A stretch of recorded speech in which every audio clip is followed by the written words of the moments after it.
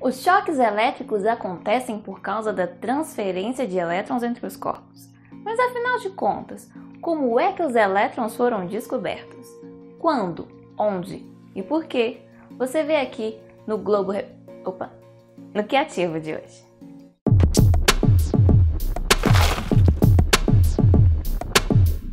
Oi pessoal, meu nome é Flávia Santos e no vídeo de hoje nós vamos bater um papo sobre a descoberta dos elétrons.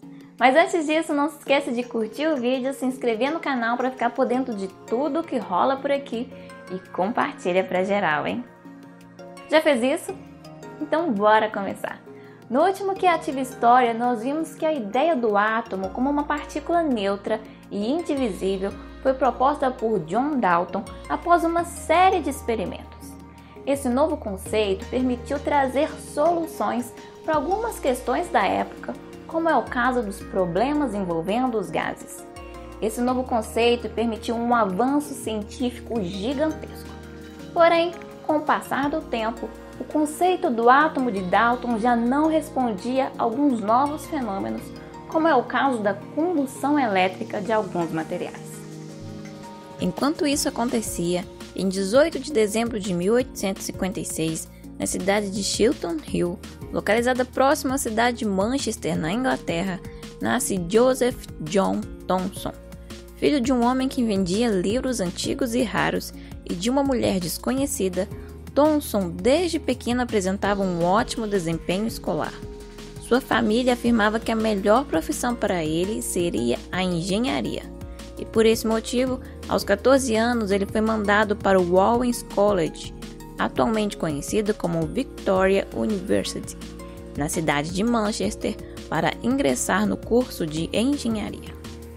Infelizmente, 2 anos após o seu ingresso na faculdade, o pai de Thomson veio a falecer, e por isso ele teve grandes dificuldades financeiras para custear os seus estudos. Thomson só conseguiu se formar graças à ajuda de alguns amigos. Aos 19 anos, através de uma bolsa de estudos, Thomson foi para a Universidade de Cambridge, onde formou-se em matemática em 1880, aos 24 anos. Com a ajuda de seus professores, Thomson se inscreve para o processo seletivo de pesquisadores na Universidade de Cambridge, mas sendo gente como a gente, Thomson foi eliminado na primeira fase do processo. Não se deixando abater, ele novamente se inscreve para o mesmo processo seletivo, sendo agora aprovado, e começa a trabalhar com eletricidade e magnetismo, tentando entender melhor a natureza elétrica da matéria. Naquela época, existiam 2 pensamentos para explicar a natureza elétrica da matéria.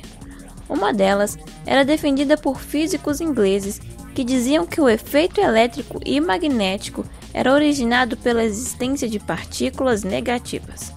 Já o outro pensamento era defendido por físicos alemães, que diziam que a eletricidade do universo era originada por uma substância primordial.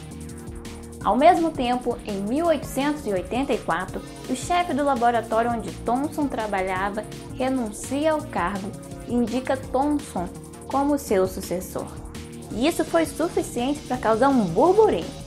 Não que ninguém duvidasse da sua capacidade, mas a sua pouca idade, que naquela época era 27 anos, era vista como uma contraindicação. Em 1890, Thomson casa-se com Rose Peugeot, uma aluna de seus cursos avançados, e em 1892 nasce seu filho George Peugeot Thomson. Voltando para sua vida profissional, Thomson reproduziu uma série de experimentos de Perrin, Hertz e outros pesquisadores a fim de mostrar que a tese defendida pelos ingleses da existência de uma carga negativa estava correta. Em 1897, ele produziu um artigo publicado na Philosophical Magazine com o título de Raios Catódicos. Nesse artigo, Thomson faz uma alusão ao modelo atômico, sem muitos detalhes.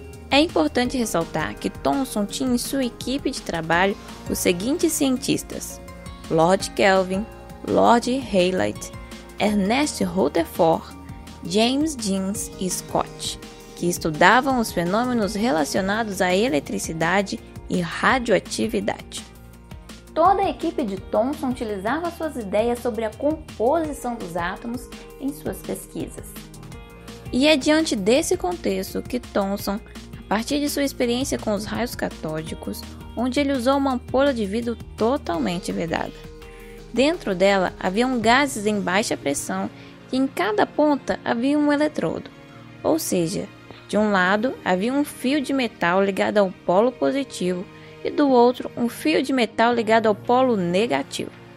Esses fios estavam ligados em uma fonte de alta tensão. Ao ligar a alta tensão, era possível observar um fluxo de um feixe luminoso saindo do polo negativo para o polo positivo.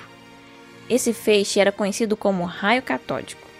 Esse procedimento já era conhecido e estudado por outros cientistas, mas a grande descoberta aconteceu quando Thomson aproximou um campo magnético do raio catódico, como um ímã, por exemplo. Ele observou que ao aproximar o campo magnético, o feixe luminoso sofria um desvio no sentido do polo positivo do campo magnético. E como os opostos se atraem, Thomson chegou à conclusão de que se o desvio acontecia no sentido do polo positivo, os feixes só poderiam ser compostos por cargas negativas. E é aqui onde se denomina a carga negativa como elétron.